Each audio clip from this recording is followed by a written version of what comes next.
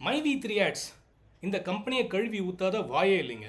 Members தவிர்த்து ஃப்ராடும்பாங்க, Ponzi scheme நடத்துகிறாங்கம்பாங்க, மணி rotation பண்ணுறாங்கம்பாங்க, 2400 கோடி அபேஸ் எடுத்துகிட்டு ஓடிப்பட போகிறாங்கம்பாங்க, இனிமேல் யாருக்குமே பணம் வராதும்பாங்க. இந்த கம்பெனியோட பிஸ்னஸ் மாடலில் பான்சியோட எலிமெண்ட்ஸ் இருக்குது, நான் இல்லைன்னே சொல்ல வரல. ஆனால் இந்த கம்பெனி மேலே 70 லட்சம் உறுப்பினர்கள் வச்ச நம்பிக்கையை மனசில் வைக்கணும். அவங்களோட வாழ்வாதாரம் இந்த கம்பெனியை நம்பி இருக்குது அப்படிங்கிறத நம்ம மறக்கவே கூடாது. நாம் திட்டுறதாலேயோ கழுவி ஊற்றுறதாலேயோ யாருக்கு என்ன லாபங்க? நம்மளால் ஒரு சொல்யூஷன் கொடுக்க முடிஞ்சதுன்னா அது எவ்வளோ பேருக்கு பயனுள்ளதாக இருக்கும். நம்ம அதை பற்றி தானே யோசிக்கணும். அதை பற்றிய வீடியோ தான் இது. இதுக்கு முன்னாடியே நான் 3 வீடியோ போட்டிருக்கேன் மைவி3 ஆட்ஸ் கம்பெனியை பற்றி. எப்படி வளர்ந்துச்சு, எப்படி இந்த மக்கள் இந்த கம்பெனி மேலே நம்பிக்கை வச்சாங்க, இந்த கம்பெனி ஏன் பான்சி அப்படிங்கிற சிக்கலில் போய் மாட்டிக்கிச்சுன்ட்டு இந்த வீடியோக்களோட லிங்க்கை டிஸ்கிரிப்ஷனில் கொடுக்குறேன், ஃப்ரீயாக இருக்கும்போது பாருங்கள். வாங்க நம்ம இந்த வீடியோக்குள்ளே போயிட்டு எப்படி இந்த கம்பெனியை சீர்தூக்க முடியும் அப்படிங்கிறத பற்றி பேசுவோம்.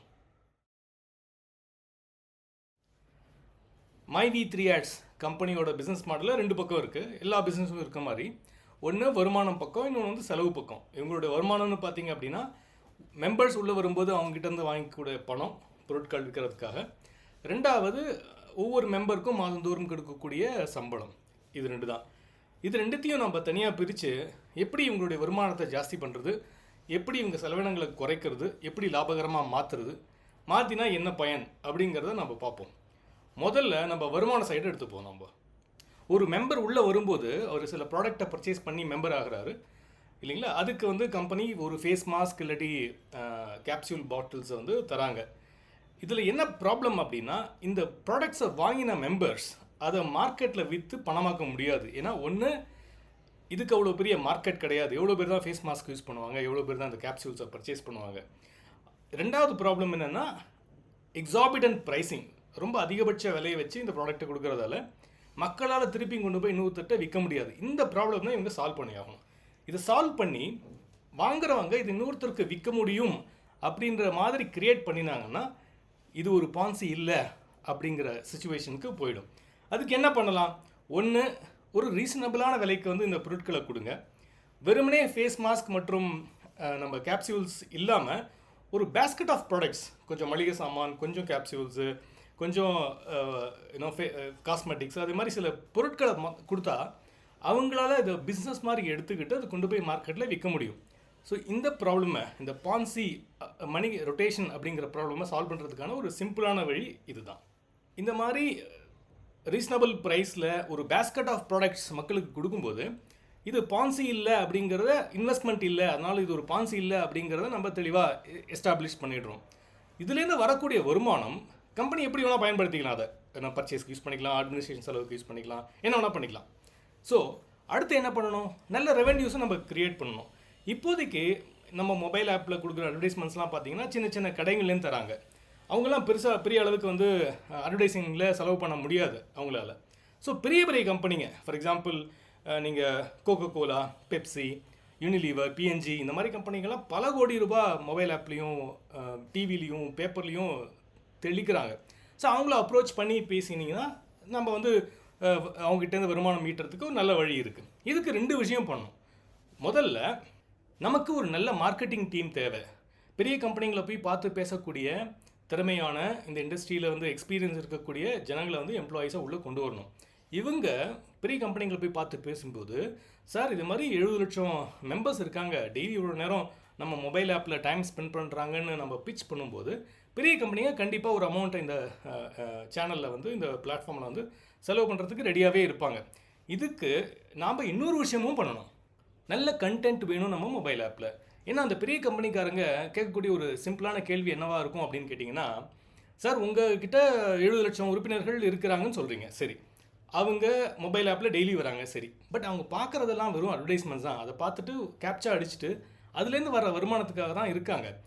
நாங்களும் எங்கள் பொருட்களை அதில் அட்வர்டைஸ்மெண்ட் பண்ணால் அவங்க வெறுமனே கேப்சா அடிச்சுட்டு போயிடுவாங்க, எங்களுக்கு அதனால் ஏதாவது சேல்ஸ் வருமா அப்படின்னு கேட்பாங்க. இதுக்கு சால்வ் பண்ணுறதுக்கு ரொம்ப சிம்பிளாக நம்ம யூடியூப்போட மெத்தடாலஜியை ஃபாலோ பண்ணினாலே போதும். யூடியூப்பில் என்ன நடக்குது? எல்லோரும் கண்டென்ட்ஸ் க்ரியேட் பண்ணி போடுறாங்க, மக்கள் வந்து அந்த கண்டென்ட்டை பார்க்கறதுக்காக உள்ளே வராங்க. பார்க்கும்போது நடுவில் கம்பெனிக்காரங்க அட்வர்டைஸ்மெண்ட்ஸ் தராங்க. ஸோ அட்வர்டைஸ்மெண்ட் தான் பர்பஸ் இல்லை, கண்டென்ட்டுக்காக உள்ள மக்கள் வராங்க, நடுவில் அட்வர்டைஸ்மெண்ட்ஸ் வருது அப்படிங்கிறத நம்ம கிளியராக எடுத்து சொன்னோம் அப்படின்னா கண்டிப்பாக இந்த பெரிய கம்பெனிக்காரங்க கன்வின்ஸ் ஆகிடுவாங்க. நம்மள மாதிரி 70 லட்சம் உறுப்பினர்களை கொண்ட ஒரு மொபைல் ஆப் நிறுவனம் கண்டிப்பாகவே நிறைய சர்வீசஸ் கொடுக்கலாங்க. ரொம்ப சிம்பிளான எக்ஸாம்பிள் வந்து பேமெண்ட். இந்த கம்பெனியை ஒரு கூகுள் பே மாதிரி மாற்ற முடியும். அப்படி பண்ணும்போது அவங்க பணம் ட்ரான்ஸ்ஃபர் பண்ணுறதுக்கு ஒன்றும் பெருசாக வருமானம் இல்லை. ஆனால் அதில் பார்த்தீங்கன்னா இப்போ கூகுள் பே நான் ஓப்பன் பண்ணி பார்க்குறேன். இங்கே வந்து நீங்கள் மொபைல் ரீசார்ஜ் பண்ணலாம், கேபிள் டிவிக்கு பேமெண்ட் பண்ணலாம், எலக்ட்ரிசிட்டி பேமெண்ட் பண்ணலாம், ஃபாஸ்டேக் பேமெண்ட் பண்ணலாம் அப்படின்ட்டு நிறைய ஆப்ஷன்ஸ் தராங்க. இது மாதிரி ஒவ்வொரு பேமெண்ட்டுக்கும் ஒரு சின்ன கமிஷன் கம்பெனிக்கு வரும். ஸோ இந்த சர்வீசஸை நம்ம மொபைல் ஆப்பில் சீக்கிரமாகவே இன்ட்ரடியூஸ் பண்ணணும். இன்றைக்கி எல்லா ஃபைனான்ஸ் கம்பெனிஸும், பேங்க்ஸும், இன்சூரன்ஸ் கம்பெனிஸும் எப்படி அவங்களுடைய ப்ராடக்ட்ஸை டிஜிட்டலாக விற்க முடியும் அப்படிங்கிறத ரொம்பவே சீரியஸாக பண்ணிகிட்டு இருக்காங்க. நம்மக்கிட்ட இருக்கிற 70 லட்சம் உறுப்பினர்களை அவங்ககிட்ட காமிச்சோம் அப்படின்னா, அவங்களோட ஒரு டைப் எடுத்துக்கிட்டோம் அப்படின்னா, நாம் அவங்களுடைய ப்ராடக்ட்ஸை நம்ம மொபைல் ஆப் வழியாக நம்ம மெம்பர்ஸ்க்கு கொடுக்க முடியும். இதுக்கு ஒரு நல்ல கணிசமான கமிஷன் அவங்க தராங்க. எக்ஸாம்பிளுக்கு இன்சூரன்ஸ் எடுத்துக்கிட்டிங்கன்னா, ஒரு இன்சூரன்ஸ் கம்பெனியும் ஃபஸ்ட் டைம் இன்சூரன்ஸ் வாங்கும்போது புரோக்கர் கமிஷனே வந்து 20% 25% தராங்க. ஒரு லோன் ப்ராடக்ட் எடுத்துக்கிட்டிங்கன்னா 2%லேருந்து 5% வரைக்கும் தராங்க. ஸோ இதெல்லாம் நமக்கு புது இன்கமாக கம்பெனிக்கு வரதுக்கு நல்ல வாய்ப்பு இருக்குது. நம்ம பண்ண வேண்டியதாக ரொம்ப சிம்பிள். இந்த மொபைல் ஆப்பை கொண்டு போயிட்டு இருக்கிற உறுப்பினர்களோட ஸ்ட்ரென்த்தை கொண்டு போயிட்டு ஃபைனான்ஸ் கம்பெனிஸ்டையும், பேங்க்ஸ்டையும், இன்சூரன்ஸ் கம்பெனிஸ்டையும் பேசணும். அவ்வளோதான். அகைன் இதுக்கும் நமக்கு நல்ல ஒரு மார்க்கெட்டிங் டீம் தேவைப்படுது. நம்ம மொபைல் ஆப்புக்கு எப்படி அட்வர்டைஸ்மெண்ட் ரெவன்யூவை ஜாஸ்தி பண்ண முடியும், எப்படி நம்ம மொபைல் ஆப் வழியாக லோன் ப்ராடக்ட்ஸ், இன்சூரன்ஸ் ப்ராடக்ட்ஸ்லாம் விற்க முடியும் அப்படிங்கிறத பற்றி பேசினோம். இதை நீங்கள் ஆன்லைன் பிஸ்னஸ்னு சொல்லலாம். இது மாத்திரம் இல்லை, நிறையவே ஆஃப்லைன் பண்ண முடியும் நம்மளால். நம்மளுடைய மெம்பர்ஸை 2 வகையாக நீங்கள் பிரிக்கலாம். முதல் வகை, இதை வந்து ஒரு பேசிவ் இன்கமாக பார்க்குறவங்க. போட்ட பணம் ஒரு இன்வெஸ்ட்மெண்ட், அதுலேருந்து நமக்கு மாதத்துக்கு 12,000 ரூபா வருது, அதை வச்சுட்டு நம்ம நிம்மதியாக இருப்போம் அப்படின்னு நினைக்கிற ஒரு குரூப். 2வது குரூப் ஆக்டிவாக இதை பிஸ்னஸாக பார்க்குறவங்க. இவங்க அப்ளைனர்ஸ். இவங்க தனக்கு கீழே இன்னும் டவுன்லைனர்ஸை ஆக்டிவாக இன்வால்வ் பண்ணி கொண்டு வந்துக்கிட்டு இருக்கிற ஒரு குரூப். இவங்க தான் நம்மளுடைய கோல்டு மைன். இவங்களை வச்சு இதே லோன் ப்ராடக்ட்ஸையும் இன்சூரன்ஸ் ப்ராடக்ட்ஸையும் ஆஃப்லைனில் கொண்டு போய் மார்க்கெட்டில் விற்க முடியும். நம்மளுடைய க்ரௌன் மெம்பர்ஸ் 2 லட்சம் பேர் இருக்காங்க அப்படின்னு எல்லாரும் பரவலாக பேசிக்கிறாங்க இல்லைங்களா? இந்த 2 லட்சம் பேரில் நம்ம 1 லட்சம் பேர் நல்ல ஆக்டிவான சேல்ஸ் பர்சன் நம்ம வச்சுப்போம். இவங்களை வச்சுக்கிட்டு இந்த லோன் ப்ராடக்ட்ஸ், இன்சூரன்ஸ் ப்ராடக்ட்ஸ் மாத்திரம் விற்கிறது இல்லாமல் இவங்களை வந்து ஒரு ஆக்டிவ் பிஸ்னஸ் ப்ரொமோட்டர்ஸாக யூஸ் பண்ண முடியும். பெரிய பெரிய கம்பெனி ப்ராடக்ட்ஸுக்கு டிஸ்ட்ரிபியூட்டர்ஷிப் வாங்கிட்டோம் அப்படின்னா அந்த கம்பெனியோட ப்ராடக்ட்ஸை நம்ம ஸ்டோர் வழியாகவும் விற்கலாம், இவங்க வழியாகவும் மார்க்கெட்டுக்கு கொண்டு போகலாம். அப்படி பண்ணும்போது ஒரு சின்ன ஒரு கனெக்ட் பண்ணி பாருங்கள். ஒவ்வொரு க்ரௌன் மெம்பரும், இதே மாதிரி இருக்கக்கூடிய 1 லட்சம் க்ரௌன் மெம்பரும் மாதத்துக்கு ₹1,00,000 பிஸ்னஸ் பண்ணுறாங்கன்னு வச்சுக்கோங்க. இந்த ப்ராடக்ட்ஸ் விற்கிறதால, இந்த லோன் ப்ராடக்ட்ஸ் விற்கிறதால மொத்தமாக ₹1000 கோடி கம்பெனி டேர்ன் ஓவர் ஒரு மாதத்துக்கு பண்ண முடியும். இதில் 20% மக்களுக்கு கமிஷனாக கொடுத்தா கூட உங்களுக்கு ₹200 கோடி பேவட்டுக்குன்னா வருமானம் இங்கே இருக்குது. இப்படி பண்ணும்போது நாம் மைவி3 ஆட்ஸை பிஸ்னஸாக பார்க்கக்கூடிய குரூப்போட ப்ராப்ளமாக அட்ரஸ் பண்ணிவிடுவோம். சரி, இந்த பேசிவ் இன்கம் ஏர்னர்ஸ் என்ன பண்ணுறது? இவங்க வந்து அட்வர்டைஸ்மெண்ட் பார்த்து வர வருமானத்தை நம்பி இருக்கிற ஒரு குரூப். இதில் ஒரு ப்ராப்ளம் இருக்குது. நீங்கள் ஒரு பேசிக் மெம்பர் அப்படின்னா உங்களுக்கு மேக்ஸிமம் ஒரு நாளைக்கு சம்பாதிக்கக்கூடிய அமௌண்ட்டு ₹7 தான். இதே இன்னொருத்தர் க்ரௌன் மெம்பராக இருந்தார்னா அவரால் ₹480 சம்பாதிக்க முடியும். அவர் பார்க்குறதும் அட்வர்டைஸ்மெண்ட் பார்க்குற வேலை தான், நீங்கள் பார்க்குறதும் அட்வர்டைஸ்மெண்ட் பார்க்குற வேலை தான். ஒரே வேலைக்கு 2 விதமான சம்பளம் தராங்க. இதை நாம் சரி பண்ணணும். நான் முன்னாடியே சொல்லியிருக்கேன், நீங்கள் வந்து பெரிய கம்பெனிங்களை அட்வர்டைஸ்மெண்ட் பண்ணுறதுக்கு உள்ளே கொண்டு வரும்போது அவங்க காசு தருவாங்க அப்படின்ட்டு. ஒரு சின்ன எக்ஸாம்பிளுக்கு அவங்க வந்து ஒரு அட்வர்டைஸ்மெண்ட்டுக்கும் ₹5 தராங்கன்னு வச்சுக்கோங்களேன். அதில் ₹3 ₹4 நீங்கள் வந்து ஒவ்வொரு மெம்பருக்கும் கொடுக்கலாம். யார் ஜாஸ்தியாக பார்க்குறாங்களோ அவங்களுக்கு ஜாஸ்தியாக கொடுங்க. நீங்கள் இன்வெஸ்ட்மெண்ட் பண்ணதுக்கு லிங்க் பண்ணாமல் அவங்க போடுற எஃபர்ட்டுக்கு பணத்தை லிங்க் பண்ணுங்கள். ஒருத்தர் 1 மணி நேரம் பார்த்தாருன்னா அவருக்கு ₹10 கொடுங்க, ₹20 கொடுங்க. ஒரு 4 மணி நேரம் பார்த்தாருன்னா அவருக்கு ₹50 கொடுங்க, ₹100 கொடுங்க. பெர்ஃபார்மன்ஸ் லிங்க்டாக மாற்றும்போது உங்களுக்கு எல்லாருடைய ப்ராப்ளமையும் நம்மளால் அட்ரஸ் பண்ண முடியும். இந்த பான்சி அப்படிங்கிற சிக்கல்லேருந்து வெளியே வந்துட முடியும். நம்ம கம்பெனியோட பிஸ்னஸ் மாடலில் இன்னொரு சேஞ்ச் உள்ளே கொண்டு வரோம் அப்படின்னா அதுதான் இந்த ரெஃபரல் இன்கம். இப்போ இருக்கிற பிளான் படி நீங்கள் ஒரு மெம்பரை இன்ட்ரடியூஸ் பண்ணுறீங்க அப்படின்னா, ஒரு க்ரௌன் மெம்பர் இன்ட்ரடியூஸ் பண்ணுறீங்க அப்படின்னா உங்களுடைய டெய்லி வருமானம் ₹200 ஜாஸ்தியாகும். இது பண்ணக்கூடாது. நீங்கள் வந்து லைஃப் லாங் ஒரு மெம்பரை இன்ட்ரடியூஸ் பண்ணுறதுக்காக உங்களுக்கு தரதுன்றது கண்டிப்பாக அது பான்சி அப்படிங்கிற டெஃபினேஷனுக்குள்ளே வந்துடும். அதுக்கு பதிலாக நீங்கள் வந்து ஒரு இன்ட்ரடியூஸ் பண்ணும்போது ஒன் டைம் போனஸ் தரலாம். நீங்கள் 2000 கொடுக்கலாம், 10,000 கொடுக்கலாம், எவ்வளோ வேணா கொடுக்கலாம். ஆனால் அது ஒன் டைமாக தான் இருக்கும். இந்த மாற்றத்தை நம்ம கண்டிப்பாக கம்பெனிக்குள்ளே கொண்டு வரணும்.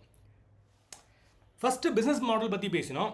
எப்படி ரெவென்யூஸை ஜாஸ்தி பண்ணுறது, எப்படி மக்களுக்கு கொடுக்கக்கூடிய பே அவுட்டை சரி பண்ணுறது, பெர்ஃபார்மன்ஸ் லிங்க்டாக மாற்றுறது அப்படிங்கிறத பற்றி பேசணும். இதை பண்ணிட்டோம் அப்படின்னா டே டு டே ருட்டீன் வந்து சரியாயிடும். அடுத்து நம்ம பார்க்க வேண்டிய முக்கியமான விஷயம் கார்ப்பரேட் ஸ்ட்ரக்சர். ஒரு பெரிய நிறுவனமாக ஆகணும் அப்படின்ற ஆசை இருந்தால் அதுக்கு ஒரு நல்ல கார்ப்பரேட் ஸ்ட்ரக்சர் தேவை. இவங்க நம்ம கம்பெனிக்காரங்க ஆரம்பித்தது என்னவோ ஒரு ப்ரைவேட் லிமிடெட் கம்பெனி தான். இதை போயிட்டு நீங்கள் கூகுளில் சர்ச் பண்ணி பார்த்தீங்கன்னா மினிஸ்ட்ரி ஆஃப் கம்பெனி அஃபேர்ஸ் அப்படின்னு ஒரு வெப்சைட் இருக்குது. அதில் இந்த கம்பெனி பற்றிய எல்லா ஜாதகமும் இருக்கும்.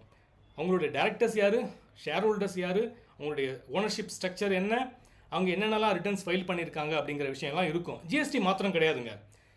அன்ஃபார்ச்சுனேட்லி இந்த கம்பெனியில் வந்து நிறைய நாளாகவே, இன்ஃபேக்ட் ஆரம்பித்ததுலேருந்தே எந்த ரிட்டர்ன்ஸும் இந்த கம்பெனிக்காரங்க ஃபைல் பண்ணலை. மாறா என்ன பண்ணிட்டாங்க, myv3 ads மார்க்கெட்டிங் அப்படின்ட்டு ஒரு பார்ட்னர்ஷிப் ஃபர்மை ஆரம்பிச்சிருக்காங்க. அதில் தான் எல்லா டிரான்சாக்ஷனும் பண்ணுறாங்க. இது மாத்திரம் இல்லாமல் ஒவ்வொரு ஜோனல் ஆஃபீஸ்லேயும் ஒரு பார்ட்னர்ஷிப் ஃபார்மை க்ரியேட் பண்ணியிருக்காங்க. இதில் தான் வந்து ஒரு டிரான்ஸ்பரன்சி, வெளிப்படைத்தன்மை இல்லாமல் ஒரு சுச்சுவேஷன் வருது. இதை மாற்றணும். வெளிப்படைத்தன்மை கண்டிப்பாக இருக்கணும். ஒரு நல்ல ஒரு ஆர்கனைசேஷன் ஸ்ட்ரக்சரை இவங்க க்ரியேட் பண்ணணும். அப்போ தான் மக்களுக்கு இந்த கம்பெனி மேலே ஒரு நம்பிக்கை வரும். இதையும் பண்ணிவிட்டு ஒரு நல்ல ஆடிட்டரையும் அப்பாயின்ட் பண்ணணும். என்னங்க 2400 கோடிக்கு பிஸ்னஸ் பண்ணுற ஒரு கம்பெனி ஒரு ஆடிட்டர் இல்லாமல் இருந்தால் சரியில்லை இல்லைங்களா? இந்த ஆடிட்டர் இருக்கும்போது அவர் இந்த கம்பெனியோட விஷயங்களை பார்க்குறாரு, அக்கௌண்ட்ஸை பார்க்குறாரு, ஃபினான்ஷியல் ஸ்டேட்மெண்ட்ஸை பார்க்குறாரு, பேங்க் ஸ்டேட்மெண்ட்டை பார்க்குறாரு. பார்த்துட்டு அதில் பிரச்சனை இருந்ததுன்னா இம்மீடியட்டாக ரிப்போர்ட் பண்ணுவார். இந்த மாதிரி ரிப்போர்ட் பண்ணும்போது அது எல்லாருக்குமே ஒரு பயனுள்ளதாக அமையும். ஸோ நல்ல கார்ப்பரேட் ஸ்ட்ரக்சர், அதுக்கு தகுந்த ஒரு நல்ல ஆடிட்டர், ரெண்டுத்தையுமே இந்த கம்பெனி சரி செய்ய வேண்டியிருக்கிறதுன்றது ஒரு முக்கியமான பாயிண்ட். இங்கே நம்ம பேசின ஐடியாஸ் எல்லாம் எப்படி இந்த கம்பெனியை நல்ல முறைக்கு கொண்டு போகலாம் அப்படிங்கிறத பற்றி, இது எல்லாமே myv3 ads மெம்பர்ஸ்க்கு போய் சேரும் அப்படின்னு நான் ரொம்பவே நம்பிக்கையாக இருக்கேன். அது மட்டும் இல்லாமல் இந்த நிர்வாகத்துக்கும் போய் சேரணும் அப்படின்ட்டு ஆசைப்பட்றேன். இதெல்லாம் நம்ம சீக்கிரமாகவே நடைமுறைக்கு கொண்டு வரணும். அப்படி கொண்டு வந்தோம் அப்படின்னா கோர்ட்டில் நடக்கிற கேஸுக்கு கூட நமக்கு ரொம்பவே சப்போர்ட்டாக இருக்கும். அதில் நினைவில் வச்சுக்கிட்டு கேட்க வேண்டிங்க கேட்டு சீக்கிரமாக ஸ்டெப்ஸ் எடுப்பாங்க அப்படின்னு நான் மனப்பூர்வமாக நம்பிக்கிட்டு இருக்கேன். ஃப்ரெண்ட்ஸ், myv3 ads கம்பெனியை பற்றி நான் போடுற 4th and லாஸ்ட் வீடியோ இது.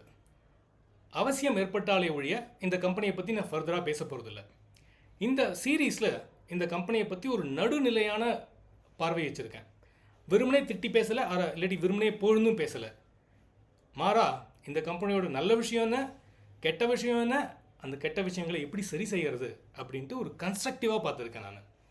மற்ற வீடியோஸ் நீங்கள் பார்க்கலன்னா அதோட லிங்க்ஸ் இந்த டிஸ்கிரிப்ஷனில் இருக்குது. கண்டிப்பாக போய் பாருங்கள். உங்களுக்கு இந்த கம்பெனியை பற்றி புரிஞ்சிக்க ரொம்பவே உதவும். நாம் சொன்ன ஐடியாஸை இந்த கம்பெனி சீக்கிரமாகவே நடைமுறைக்கு கொண்டு வந்து திருப்பி நல்லபடியாக நடக்கணும் அப்படின்ட்டு ரொம்பவே உங்களை போலவே நானும் நம்பிக்கையுடன் காத்திருக்கிறேன்.